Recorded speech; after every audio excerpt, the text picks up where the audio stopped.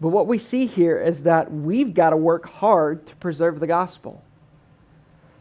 Every one of us in our day, we've got to fight and we've got to work hard. And I don't mean physically fight. I don't mean just argue with people all the time. But we've got to work to preserve the message of Jesus plus nothing equals everything.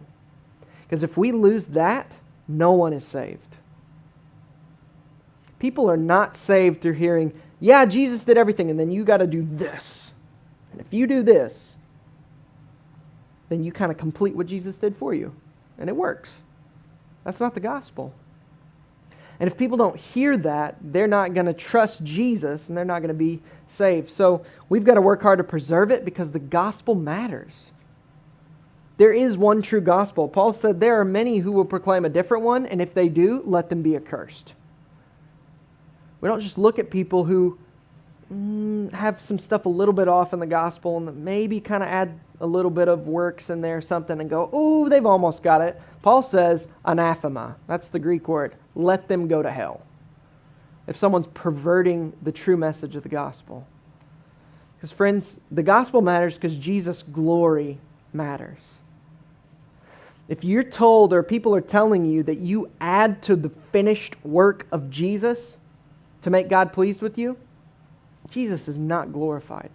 He's stripped of His glory when you say, yeah, it's great what Jesus did, but now if I do this, it's like you're trying to add to what Jesus did. He lived a sinless life for you. He died a brutal death on a cross, bearing the wrath and judgment of God, everything you deserve. He did that for you. 3 days later, He got out of the grave. In case you don't know this, that doesn't happen. People die. Jesus died and then arose from death to eternal life. And then we look at His perfect life, His substitutionary death, His victorious resurrection and say, I need to add to that a little bit through what I do. Jesus is not glorified. That's spitting in His face. Jesus is glorified as we look to Him, what He's done for us. As Hebrews says, He's the author and the finisher of our faith. We look to Him and say, I trust what you said on the cross when you said, it is finished. You did it. What you did was perfect to reconcile me to God. I trust you. That's how Jesus is glorified. He's not glorified through us adding. He's glorified through us accepting and trusting Him. So we've got